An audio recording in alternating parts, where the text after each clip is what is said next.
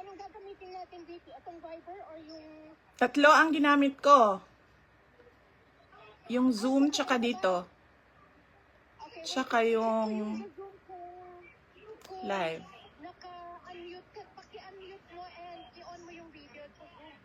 Ana, naka-stream na ba yung sa Zoom?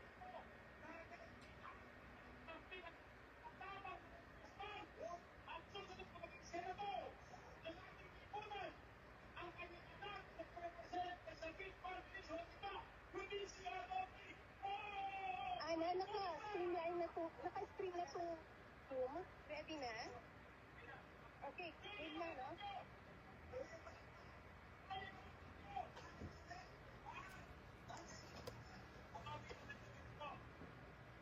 Game na? Kunin ko yung mic. Basta po kayo.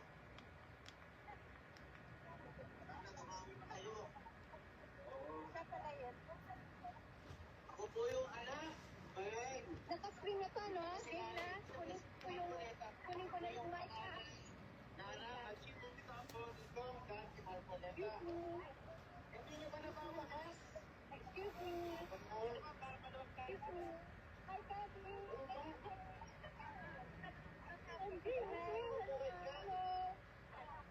Ako po yung oo. Wait lang, ha? Ma'am, ready na. Fine, ha?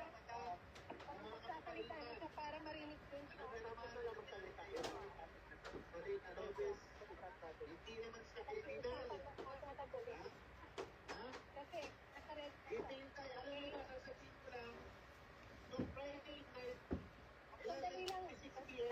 Sandali lang, Vicky, ha? Nagsasalita na.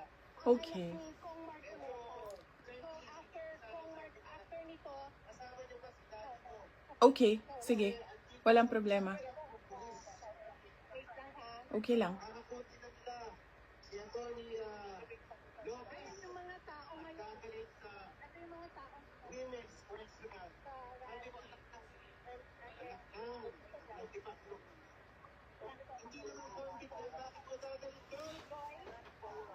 Mamaliw ko og earphones na din sa kanal. Yes. Yellow.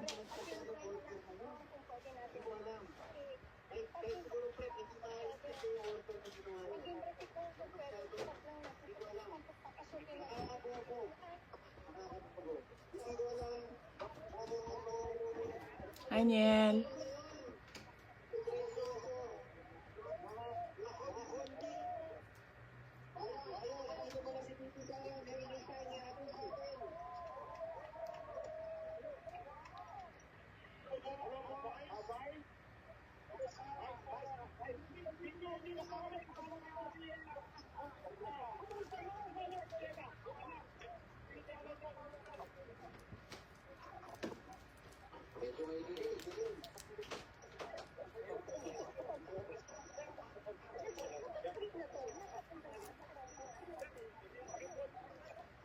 Ayan, baby.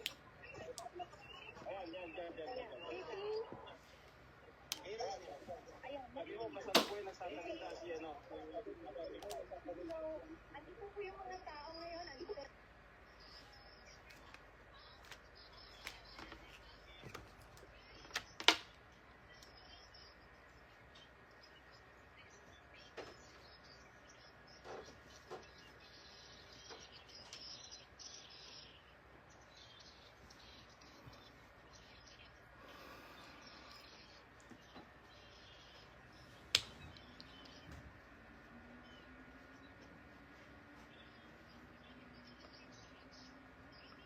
Opo.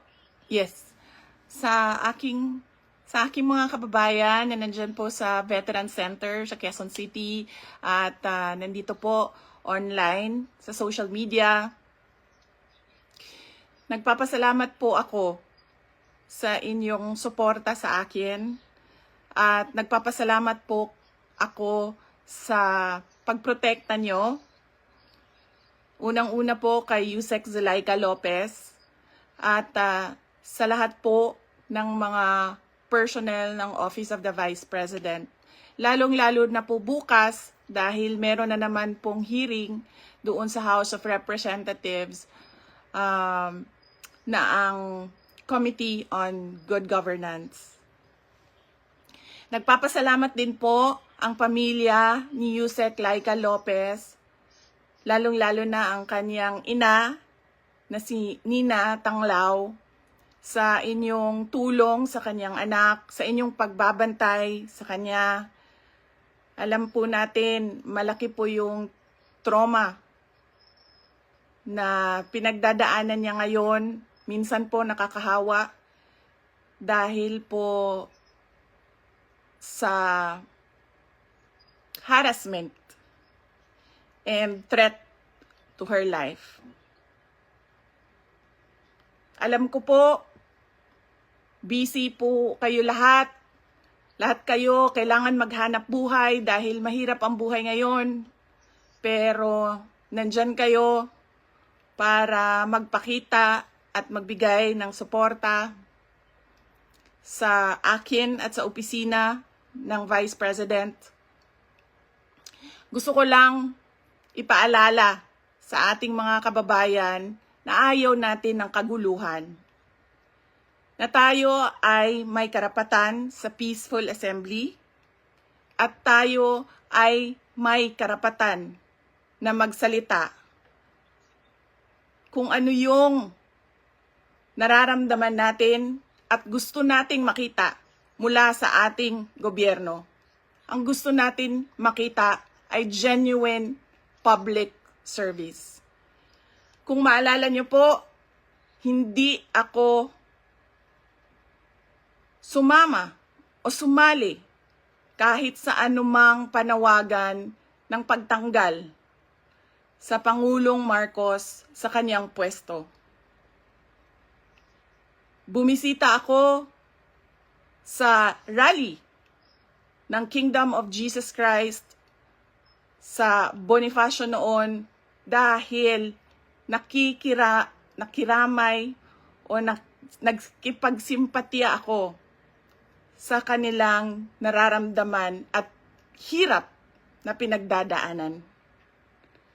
Ang lagi kong panawagan sa taong bayan ay hingin, idemanda sa gobyerno na ibigay nila ang serbisyo na karapat-dapat para sa mga Pilipino. Simulan na natin sa mga campaign promises. Dapat po, pag ang politiko ay nag-promise na magbibigay ng 20 pesos per kilo na bigas, dapat ay tinutupad yon dahil binoto ka ng mga tao base sa mga sinabi mo, base sa mga kampanya mo. Kaya dapat binibigay yan lahat. Kung ano man ang sinabi ng isang tao, ng isang politiko, ng isang kandidato sa entablado, dapat nakikita yan ng taong bayan. At higit pa, dapat ang nakikita natin.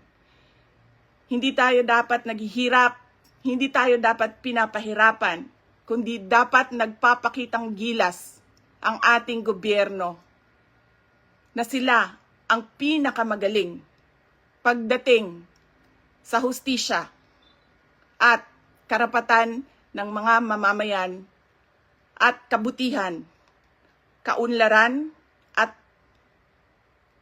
peace, kalinaw, kapayapaan sa bayan. Ulitin ko, dapat hinihingi natin sa ating pamahalaan ang karapat-dapat para sa isang maunlad at mapayapang lipunan. Mga kababayan, nararamdaman ko kung ano yung matagal nyo nang nararamdaman. Sinubukan ko na magtrabaho, magtrabaho ng maayos sa Department of Education dahil yun naman ang aking pangako sa inyo. Ginamit ko ang pangalan ko, Sara Duterte, Inday Sara Duterte. Sabi ko sa inyo, trabaho, edukasyon, mapayapang pamumuhay. Pero, anong nangyari? Binastos ang budget, ang Department of Education. Hindi ko na kailangan magbigay ng ebidensya. Nakikita nyo sa General Appropriations Act, simula sa NEP, papunta sa GAB, papunta sa BICAM, papunta sa batas. Nakikita natin yon. Dapat hinihingi natin na matino ang mga namumuno sa atin. Sinabi nila, ako daw ay krung-krung. Ako daw ay baliw. Ako daw ay wala sa tamang pag-iisip. Ano bang sabi ko sa inyong lahat? Psychological test, kahit ano yan, neuropsychiatric test, kahit anong pang test yan. Gagawin ko yan.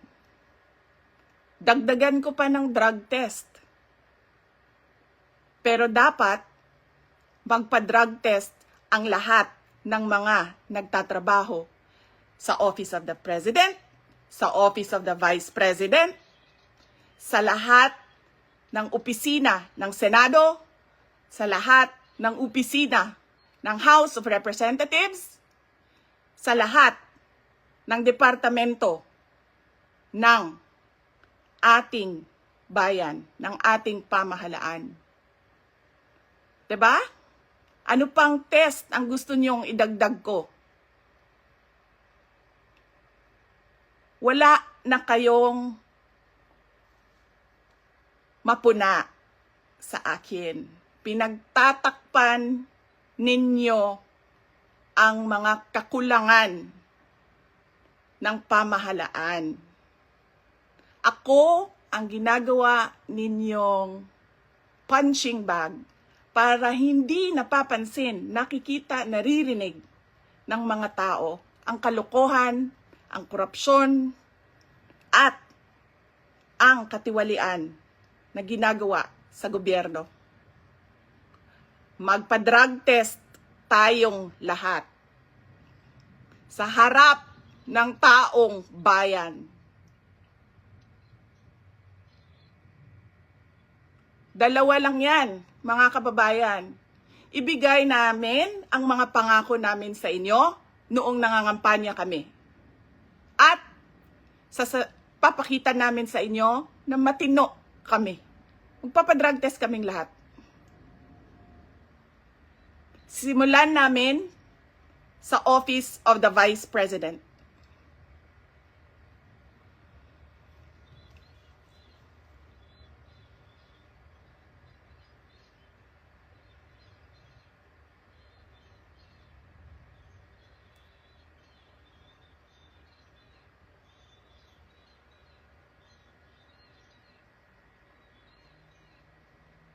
Ayaw nila tayo tigilan dahil hindi tayo sumusunod sa kanila.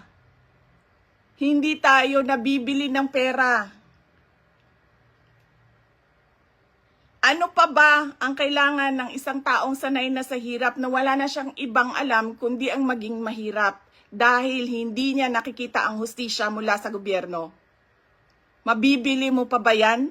Hindi na. Dahil ang tao sanay sa hirap. At mali yun. Mali yun. Na ang taong bayan ay naghihirap.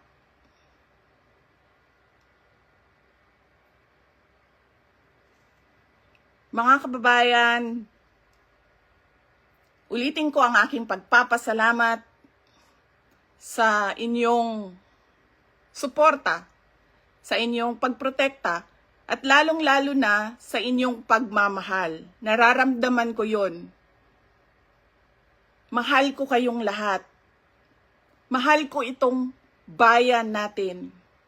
Wala na po tayong ibang bayan.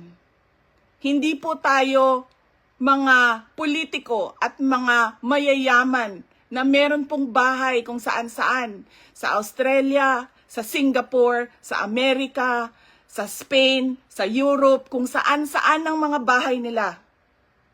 Napakadali sa kanila na talikuran ang bayan. Pero tayo, saan tayo pupunta? Sa mga probinsya lang natin. Sa Samar, sa Leyte, sa Cebu, sa Bohol, sa Siquijor, sa Negros Oriental, sa Negros Occidental, sa Panay Island,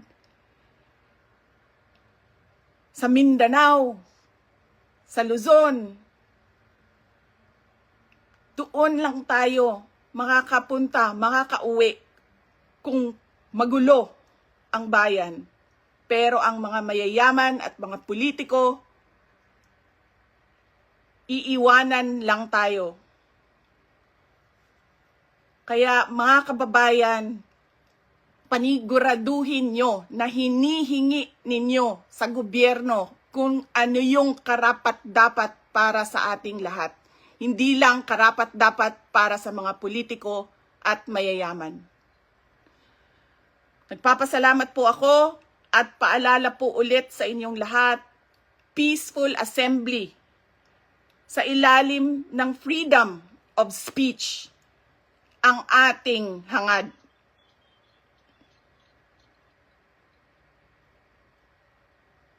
Maraming salamat po. Magandang gabi sa inyong lahat.